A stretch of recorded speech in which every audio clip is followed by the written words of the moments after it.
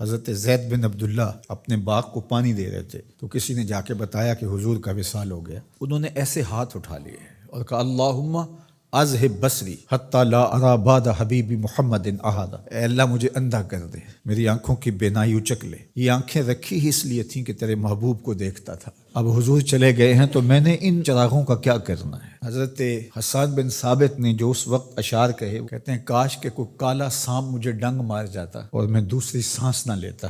اور حضرت سیدہ فاطمہ کے جو قلب اطہر کی کیفیت تھی، سبت علیہ مصائب لو انہا سبت علی الایام سرنا لیالیا، میرے اوپر جو مصیبتیں ٹوٹ پڑی ہیں وہ اگر دنوں پہ ٹوٹ پڑتی تو وہ کالی راتیں بن جاتی۔ حضرت عمر رضی اللہ تعالی عنہ تلوار نکال کے کھڑے ہو گئے اور کہا کہ جس نے کہا نا حضور کا انتقال ہو گیا میں اس کی گردن اڑا دوں گا۔ تھوڑی دیر بعد حضور پرانی حالت کی طرف پلٹ آئیں گے۔ اب یہ کیفیت کتنی حساس تھی، ادھر منافقین نے چال چلنا شروع کر دی۔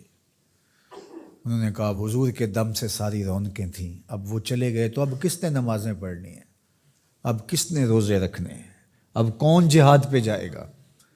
جب وہ ہی نہیں رہے تو ساری کہانی ختم ہو گئی۔ تو انہوں نے اس طرح سے چال چلنا شروع کر دی۔ اور حضرت عمر کہتے تھے کوئی بولے تو صحیح، کتنا نازک وقت تھا۔ اس وقت میں حضرت ابو بکر آئے رضی اللہ تعالیٰ عنہ، ان کا کلیجہ تو پھٹ رہا ہوگا، لیکن یہی موقع تھا حضور کے مشن کو، حضور کی فکر کو، حضور کے دیے ہوئے نظام کو سنبھالنے کا۔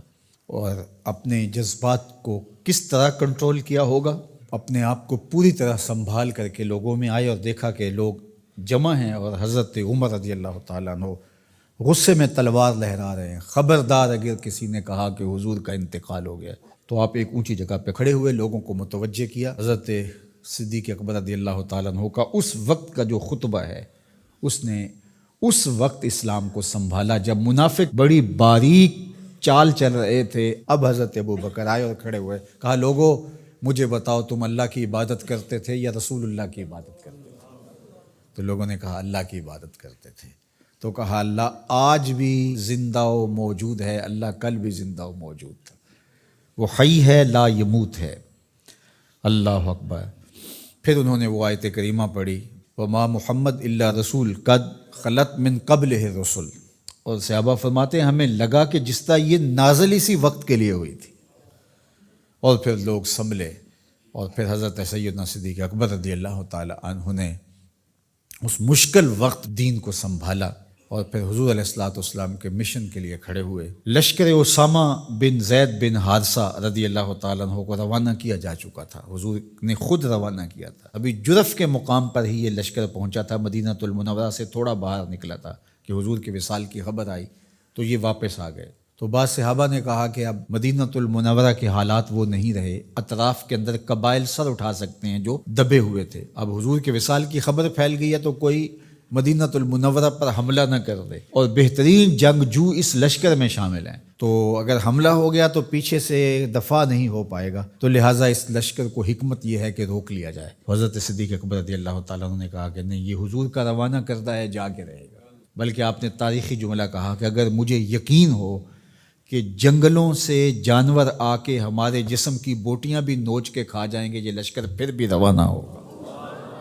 لوگوں نے حضرت عمر سے کہا کہ ضرور لشکر کو روانہ کریں، لیکن حضرت ابو بکر رضی اللہ تعالیٰ عنہ سے اتنا کہیں کہ امیر لشکر کو معزول کر کے کوئی اور قریشی سردار بزرگ اس کا امیر بنا دیا جائے۔ نوعمر لڑکا ہے، دوسرا غلام زادہ ہے، تو بڑے بڑے قریشی سردار اور جنگجو ان کی قیادت کو قبول کرنے سے انکار نہ کر دیں۔ تو وہ گئے اور جا کے کہا کہ بڑے بزرگوں کی یہ رائے ہے کہ آپ ضرور لشکر کو روانہ کر دیجئے، لیکن اتنا کیجئے کہ میرے لشکر کو تبدیل کر دیجئے۔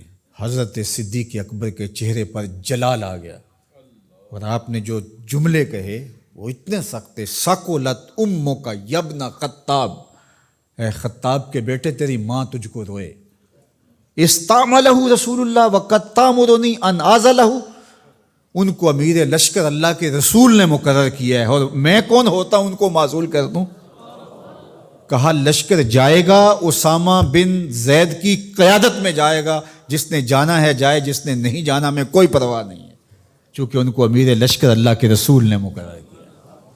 اللہ اکبر۔ پھر جب لشکر اسامہ کو روانہ کیا حضرت صدیق اکبر نے تو حضرت اسامہ کے گھوڑے کی باک اپنے ہاتھوں سے پکڑی اور اسامہ کو اوپر سوار کیا رضی اللہ تعالیٰ عنہ کو، اور نیچے ساتھ پیدل چلے، اللہ اکبر، اور ساتھ یہ کہتے جاتے تھے اسامہ تو وہ ہے جس کو میرے رسول نے مقرر کیا ہے۔ اور پھر یہ لشکر کامیاب اور بامراد ہو کے لوٹا۔ تو یہ سیدنا صدیق اکبر رضی اللہ تعالیٰ عنہ کا حضور علیہ السلام کے فیصلوں کو منوان قبول کرنے کا جذبہ تھا، جس انداز سے انہوں نے حضور علیہ السلام کی فکر پہ پہرا دیا، حضور کی تعلیمات کو اجاگر کیا اور حضور کے فرمان کو حرف آخر سمجھا، اور اس کے بعد انہوں نے اپنی رائے کو وہاں فنا کر دیا۔